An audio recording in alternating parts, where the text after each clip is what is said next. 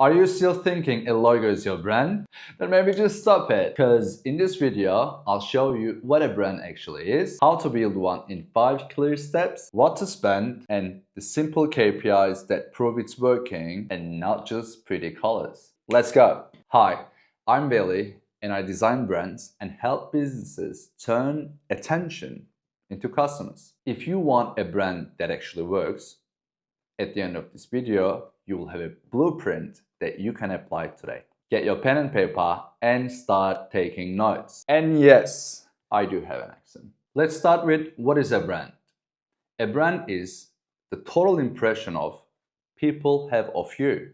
It's the brand values, voice, visuals, and the experience you deliver. Your brand lives in people's mind. It's just not the visuals. Let's talk about the brand versus the logo. A logo is a simple visual tool. It's a symbol. Your brand is the entire system that the logo, your brand voice, your customer service, UX, product, community, everything sits inside this. Think like the logo is the handshake, the first thing you do, people say about you, and the rest of the conversation is your brand. Then how to build a brand exactly? Here's the 5 steps that you can apply today. First, define your purpose and position. Why do you exist? Where do you sit in the market? Are you more luxurious? Are you more professional? Are you more friendly? Where do you sit? Second, know your audience. Who do you serve and what do they care about? Think about who would buy your product or service. What do they like? What motivates them to purchase something? Third, create your brand voice and messaging. How you speak and what you promise. Are you more friendly or formal? Professional and corporate or more individual? 5. Design identity system. Your logo, your colors, typography, imagery rules, they all sit under that. 5th, build brand rules and rollout plan.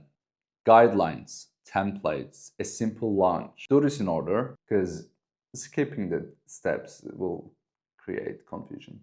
Next step is finding your audience and your voice. Don't just guess, okay? Map out one main persona and understand the demographic, behaviors, the problems you solve for them, and how they talk. Next thing is picking the brand voice. Are you more formal or friendly? Or more cheeky or freak like me?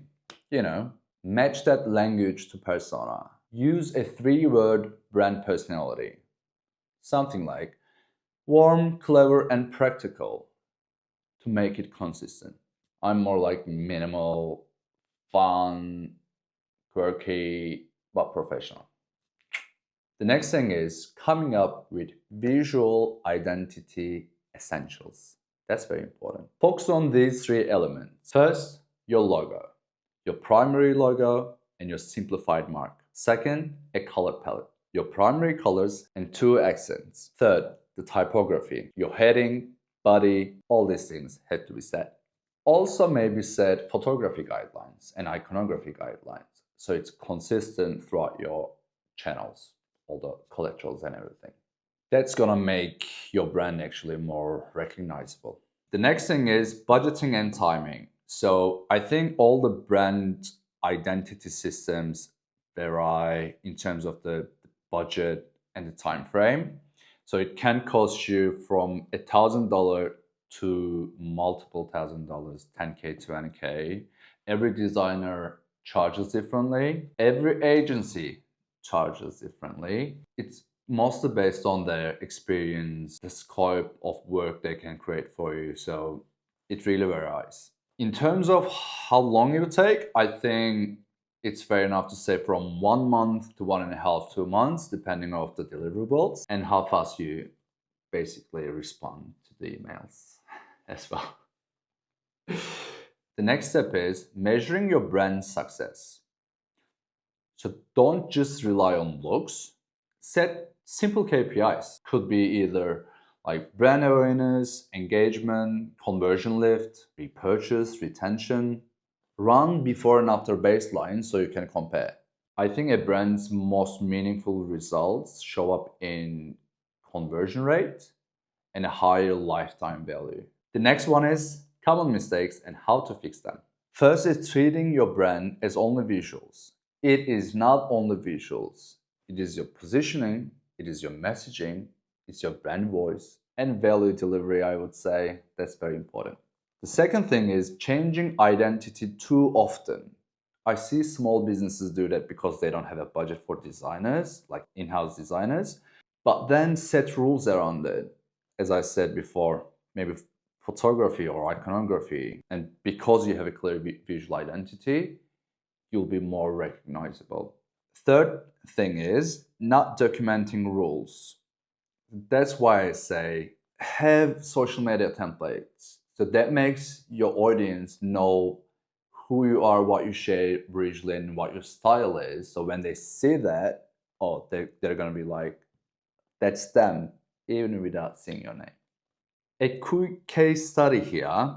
I worked with a cafe back in Turkey, and they had a very confusing menu and random Instagram photos.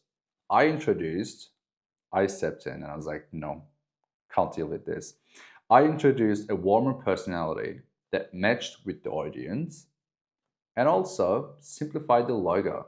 And the results were like clearer messaging, but also 20% lift in weekend bookings and the overall sale. And now is the final step. Here are 3 final tips that you can start using today. The first one is start with a strategy, not visuals. Come up with a plan.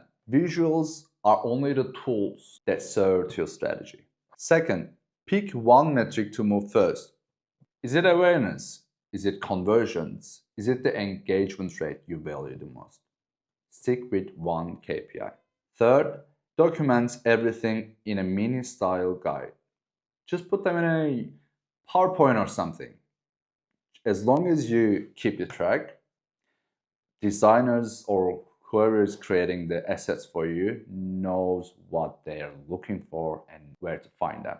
And if you want the free one-page branding worksheet, download it from the link below and schedule a 30-minute free consultation session with me. Subscribe for weekly branding shots and do let me know what type of content you'd like to know. And I'll see you on the next one. Bye.